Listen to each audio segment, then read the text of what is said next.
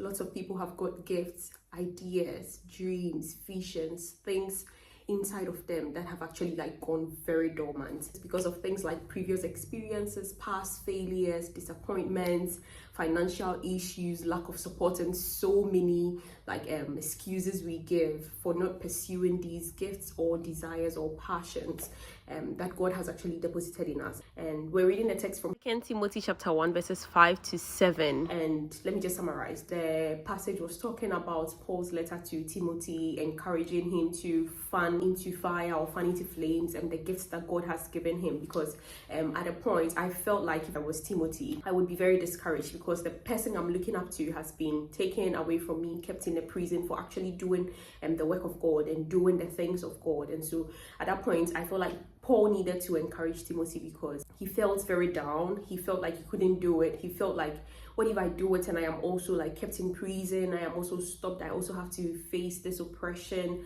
because I am doing the things of God. And that is how many of us feel. Most of us have the desire, we have the gifts, we have the passion, we want to do so many things, but because of our own past failures, maybe you are tempted to do something once, twice, and because you failed at it, you decided not to pursue it again. If Thomas Edison, who invented the light bulb, who had to do it over 100 times, has stopped at the second go, then we wouldn't be in light. We wouldn't be having all these nice light bulbs and all these beautiful things we see around. So you do not have to give up. I am also here to encourage you, just as Paul was encouraging Timothy. If you read 1 Timothy chapter 1 verses 5 downwards, Paul was just encouraging Timothy, and that is what I am also doing, myself and yourself. No matter what you're going through, no matter your past experiences, no matter failures, no matter the rejections, no matter the phases you've gone through in life that have actually shown you shege, like actually showed you that you can't do it, you still have to keep pushing. And I was just thinking, there can be fire somewhere that is actually like hidden under wet charcoal, wet leaves, or like a wet wood. And until you fan that fire into flames, until you actually fan it into flames, then it is not going to be visible for people to know that there is fire somewhere. So for instance, you've got the gift of creativity, you've got the gift of ministry, you've got a gift of teaching. If you do not fan that gift into flames, if it could be there, you could have the desire, a very strong desire to do things, to create things, but because you probably failed once, you failed twice, or because people around you are telling you, oh, you cannot do this,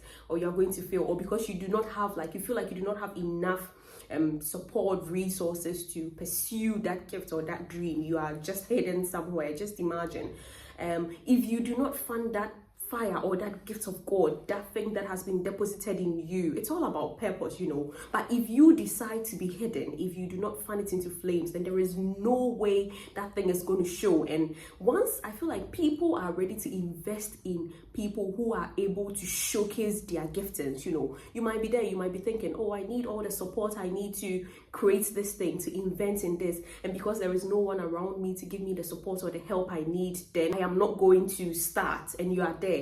What if somebody is just waiting for your first product, your first YouTube video, your first book, your first write-up, your first song, your first whatever, to be able to invest in you? Because there are investors everywhere. So until you fund that gift or you fan that fire into flame, then nobody is going to see that you exist. I am sure the most popular people, the richest people, the very creative people out there, they had to start from somewhere, and everybody starts from somewhere, a point where nobody recognizes you until you do something and somebody recognizes you and invests in you. There is so much going on in the world right now. People are failing at things, people are going through phases of depression, financial depression, and marital issues, but that is not our story as Christians. We need to fan into flame the giftings of God and what God has deposited in you. If Timothy had not fanned into flame the giftings of God, we would not have had 1st and 2nd Timothy. We would not have had those books, and those books are like a source of motivation and encouragement to most of us. So I am here to encourage you. just fan into flame. Just begin that thing, that purpose that God has deposited in your heart, that gifting, that idea, that dream, that purpose that God has deposited in your heart. Anything, just fan it into flame. And I believe that God is going to push you into your greatness, or push you into whatever you are desiring, or wherever you are desiring to go. You cannot sit there with your arms folded and expect God to feed you with the manna directly from heaven. As I always say, you need to go out there and get the manna for yourself. You need to show people that you've got fire in you, you've got that idea, you've got that dream, you've got whatever it takes to get there. Another thing I want to say is that the pressures of life will never cease. People who have made it in life, people who have pursued their purpose, Dr. Miles Monroe, Martin Luther King, all those people who have who achieved or fulfilled their purpose or pursued their dreams, it didn't come easily. It didn't come with on a silver platter. And so the struggles in life are never going to cease once we are on earth until we go to heaven, So if you decide to focus on the troubles, the fact that you do not have something, that is why you are seated, not doing what you have to do, the fact that you are afraid, like the story in 1 Timothy chapter 1 that I spoke about initially. I'm sure Timothy felt very discouraged. Because after all, if it was me, my whole master has been kept in prison because of talking about Jesus. If it were you, will you do it? You won't do it. So he felt discouraged. He felt a lot of fear and anxiety, and he probably didn't want to talk about Jesus or continue in his faith because the person he was looking up to, the person he taught, had his back, or his mentor was no more.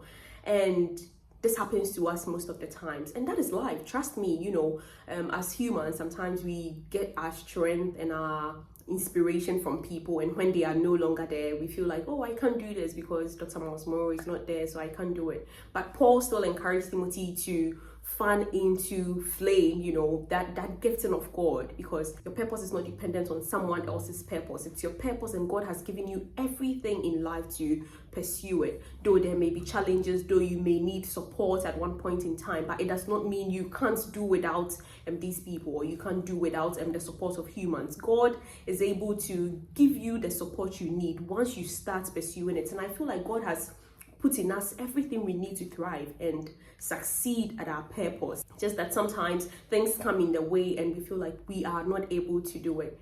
Another thing I also want to bring our minds to is in the parable of the talent. The fact that you are not pursuing your purpose does not mean you are going to have it all together in life, or the fact that you are not pursuing that dream does not mean the other side of life is going to be softer. You're going to have that kind of life you want on the other side, where you're not pursuing that gift or not putting forth that idea into a dream. It's definitely going to be difficult as well. So you have to choose where you want to go to pursue your purpose, follow that dream, and build that idea, go into that ministry, do what God has called you to do. The parable of the talents also teaches us about hiding our talents, and with regards to just keeping that fire or that gifting of God hidden because of circumstances or because of challenges does not mean you go scot-free. The one who received the one talent and decided to hide it somewhere for his master because he thought the master was too harsh and he wanted to give back to the master exactly what the master had given him. Do you know what the master said? The master said, yes, you are calling me harsh, but you are going to receive punishment for not using the talent I gave you. At least you could have even invested it into a bank and actually gotten some profit out of it. So God is expecting us to use our talents. He's expecting us to use the giftings that he's given us. Your ministry or your giftings is probably not going to reach people, 10,000 people, 20,000 people, or even 10 people. Probably your ministry is just to one person, that spouse that you're married to, the children that you have, the person at work, the patient at work you are taking care of, somebody on the street you tell, God bless you. That is probably the ministry, or that is probably you putting your gifts to work. And so if you decide to hide that gift and not fan it into flames for people to see that you've got that gift of teaching, that gift of serving, that gift of that idea, that creativity, people are very, very creative. They are able to, people have so many skills, so many creative ideas that you sit and you listen to them and you're like, whoa, where did you get this? Like, you're on another level. And probably that is what God has put in you, that desire, that dream, that idea that nobody has. And so you need to fan it into flame. You need to start it now. You need to pursue it. You need to go for it. And that is why I'm here to encourage you. So don't give up on it. Don't let anything hinder you, because you might think that you're escaping one challenge. Trust me, the next step you take, there will be another challenge. And there is always challenges in life. But once God has called you to it, there will be moments of downness. There will be moments where you feel like you cannot do it because there's so much challenges around. But God is saying, fan it into flames. There are sources of encouragement all around us, from people, from books, from the pastors who we look up to, and from the Holy Spirit. Most importantly, God has given us the Holy Spirit so that we can thrive as well, and so that we can receive daily inspiration when we feel like not doing it anymore. And so we can rely on all these other sources to get encouragement and to get that push to go for it even when it's hard. So I don't want you to give up. I don't want you to keep that fire in you hidden. I don't want you to keep that dream hidden. I don't want you to keep